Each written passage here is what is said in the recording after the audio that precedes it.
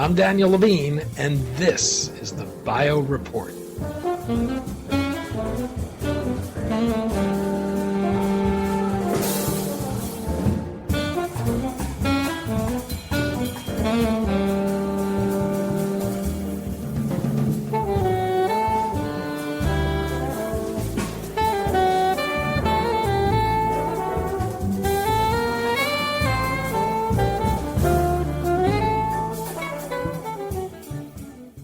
Arcellx is developing controllable cell therapies for the treatment of cancer and autoimmune diseases. Its platform technology allows it to mark disease cells within the body for destruction. Its cell therapies then destroy the flagged cells. We spoke to Rami Elghandor, chairman and CEO of Arcellx, about the company's platform technology, how it works, and how it may lead to safer and more effective cell therapies.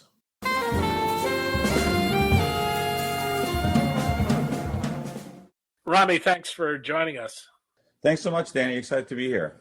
We're going to talk about Arcellx, its platform for developing cell therapies, and its efforts to develop safer and more effective cell therapies for cancer and autoimmune diseases. Let's start with existing CAR T therapies. What limits their benefits and broader use today? Sure. So cell therapies have shown a benefit now across a range of indications, but they've been historically constrained really largely due to their existing biologic structures, and specifically with respect to both efficacy and access. In terms of efficacy, what limits the efficacy of existing CAR T therapies is largely their design or their biologic structure, which can cause safety issues, as we can talk about a little bit later, as well as T cell exhaustion. Effectively, the CAR Ts can interact with each other or engage with each other absent tumor cells and get exhausted and thus not have enough capacity to really fully clear the tumors. From an access perspective, scalability is key. CAR Ts are relatively difficult to manufacture, as been evidenced by the struggles from some of the larger companies in the space, including BMS, J&J, and Novartis. And so there are really two elements there. One is the intrinsic design of the CAR T, and is it scalable?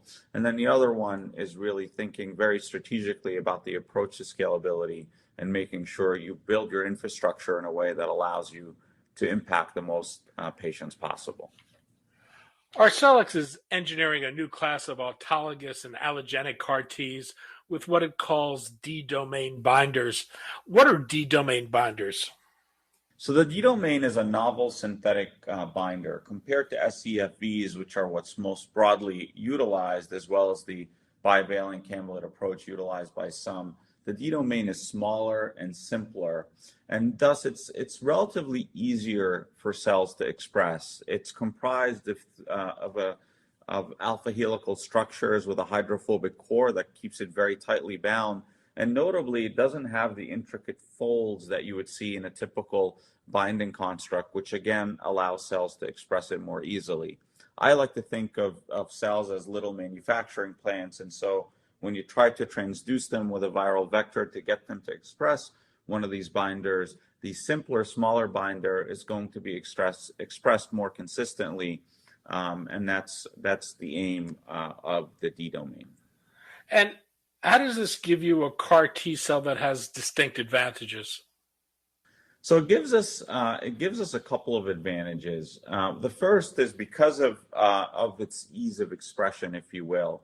We tend to see a higher transduction efficiency with the D-domain, meaning that more of the cells that we transduce are CAR positive and tumor killing. And what that allows us to do is actually have an overall lower total cell dose on a relative basis than other CAR Ts, which could play into safety, because those excess cells, if you're using a non-D-domain binder due to a lower transduction efficiency, can still contribute to CRS and other safety related issues. In addition to that high transduction efficiency, we tend to get high surface expression with the D-domain, while at the same time not getting much in the way of tonic signaling. And the combination of those two attributes is really unique. It allows us to really kill tumors in environments with low antigen expression and to, again, have a relatively better safety profile. The third and final real advantage of the D-domain is the consistent manufacturability. Again, given that it is a binder that is relatively easier to express, we've seen 100% overall success rate in manufacturing cells for our patients to date, and very consistent metrics across that manufacturing process. And that, again, gives us the hope that we have a scalable therapy here that can benefit a broad set of patients, particularly given the size and the prevalence of multiple myeloma. In addition to the DD CARs, you're also developing what you call ARC Sparks, which are adaptable versions of your DD CARs. The ARC Sparks you call controllable and adaptable modular therapies. How do those work? So those are really interesting because what they allow us to do is to dose the T cells separately from the binding domain. One of the biggest challenges in CAR Ts is antigen heterogeneity, particularly as you get into solid tumors, but even in an indication like AML, which we hope to pursue towards the end of this year in a new clinical study.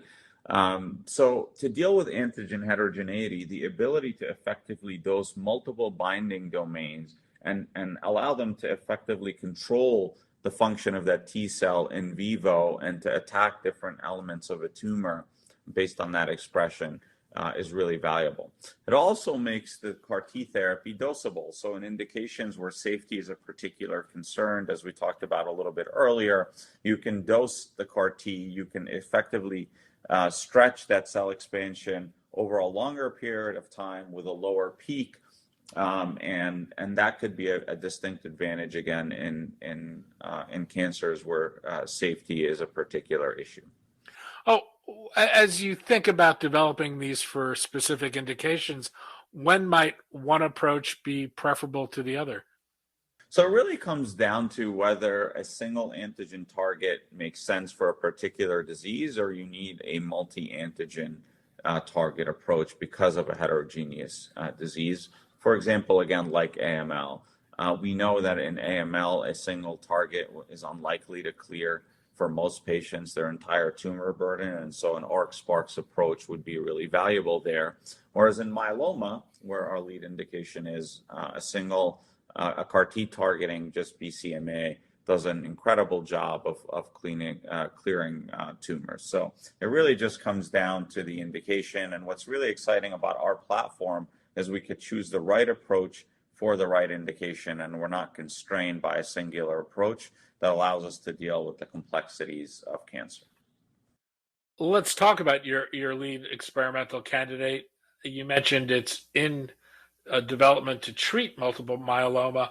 For listeners not familiar with the condition, what is it?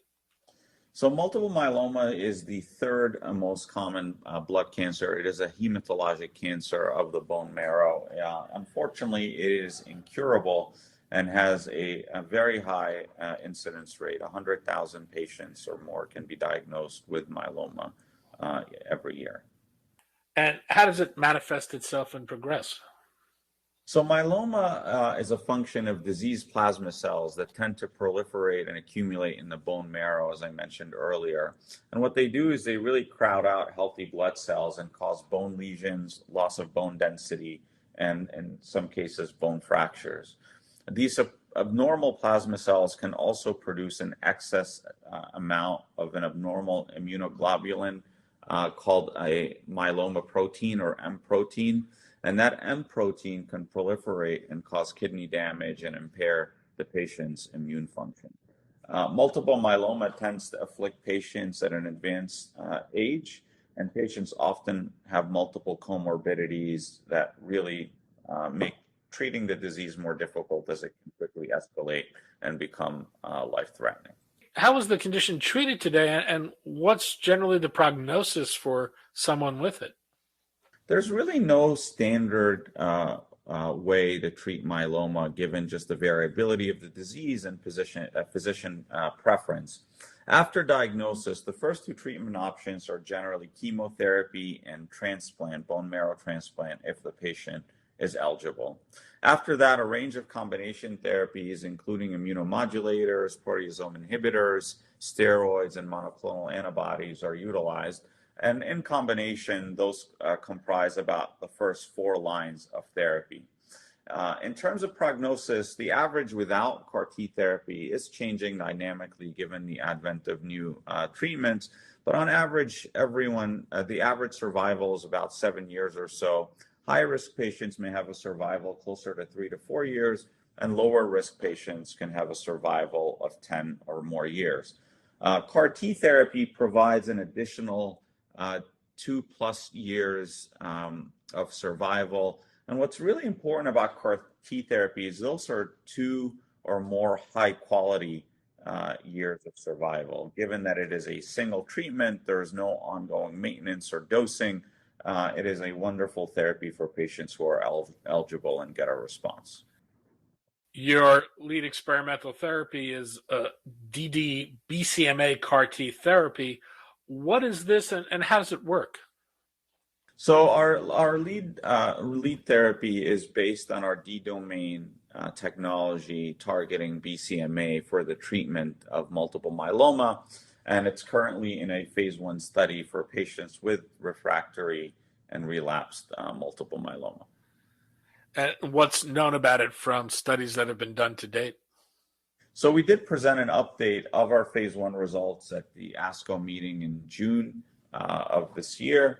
Where we reported really robust long-term clinical responses in a patient population with incredibly poor prognostic factors, especially patients with what's called extramedullary disease. So even though myeloma is a hematologic cancer, in some patients, they actually form solid tumor masses outside of the bone marrow, for example, in the soft tissue like the liver or the kidneys, and that's called extramedullary disease. And those patients have historically been incredibly difficult to treat. But despite that, we have shown remarkable results overall, and particularly in that patient population.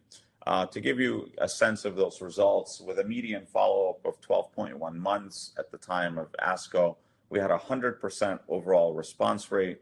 71% of evaluable patients achieved a complete response or a stringent complete response, and that was 22 out of the 31 evaluable patients. 94% of those patients, 29 out of 31, achieved a very good partial response or better. Very notably, though, 13 of 16 patients with 12 months or more follow-up, which was 81% of patients dosed, achieved a complete response or a stringent complete response, which is really evidenced by the fact that responses tend to deepen over time. And even more notably, 8 out of those 16 or 50% had extramedullary disease, which again is perhaps the most negative prognostic factor for these patients. I'd also note that 56% of patients remained in an ongoing response with a median follow-up of 17.7 months in that patient population. That's 16 patients that had 12 months or more of follow-up. So overall, obviously, this is still a phase 1 study, but these are fairly remarkable results, particularly, again, given the patient population, and really have us believing that we may have the potential for a best-in-class therapeutic in this category, obviously pending our phase 2 pivotal study down the road here. Oh, what is the development path forward? So we are excited to be planning to initiate our phase 2 pivotal study by year-end this year. We have already selected our recommended phase 2 dose. And I should mention, too, one of the things that we're most excited about, in addition to that incredible efficacy profile I shared, is the safety of DD-BCMA. We have yet to see a single event of grade 3 CRS in our recommended phase 2 dose, and only one case of grade 3 ICANS or neurotoxicity. And that really has us very encouraged heading into the phase 2 pivotal study. You're also developing ACLX-001. This is an ARC-SparX cell therapy for multiple myeloma. This is also in clinical testing. How does this work? So ACLX-001 is part of that, again, that ARC-SparX technology. So it allows us to dose the T cells separately from the binding domain. In this particular case, this is very similar to our lead program, ddBCMA, in that we're targeting the same BCMA antigen expression. And there are really two goals for this program. The near-term goal is to really demonstrate the power of the platform and show that this ARC-SparX technology can effectively work and eradicate tumors. In the long term, we will continue to mine for additional targets for myeloma. And for those 20% or so patients that don't respond long term to a single infusion CAR T, ARC-SparX for myeloma could be a rescue therapy or a relapse therapy that we introduce down the line to build a broader myeloma franchise. What's known about ACLX-001 from studies that have been conducted to date? So not a lot other than that we've initiated our first study with this technology, and we are planning to announce data from that study sometime in 2023. You fared better than many other public biotechs these days. You've raised $128.8 million in June in a public offering. How far will existing cash take you? So look, it's obviously been a really difficult year in biotech, particularly in the public markets, and we have fared really well. And credit always starts with our people. I think we've had incredible people in this organization, and we've really leaned into diversity to build both our culture and our team. And hopefully, the results are evident that I do believe that that is the right way to build organizations, and certainly yields results. In our organization, women represent 40% of our leadership team and 43% of our board of directors. People of color represent 60% of our leadership team and 71% of our board of directors. And I think that that strength has really shown through in our execution. It also helps a ton, obviously, to have great data, which I shared with you earlier today, and we continue to execute there and hope that we can bring this therapy into what is a very large addressable market and help a lot of patients along the way. So I do believe the combination of those things, that just incredible people and culture, great data, and an attractive market opportunity has really helped us be successful. In terms of the actual metrics, we ended the second quarter with $307 million in cash and expect this cash to fund operations through at least the next 12 months. Rami Elghandour, Chairman and CEO of Arcellx. Rami, thanks so much for your time today. Thanks so much, Danny. It's a pleasure. I really enjoyed talking with you.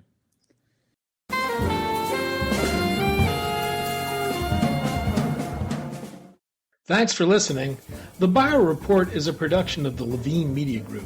To automatically download this podcast each week, subscribe to our RSS feed or through iTunes or other podcast manager.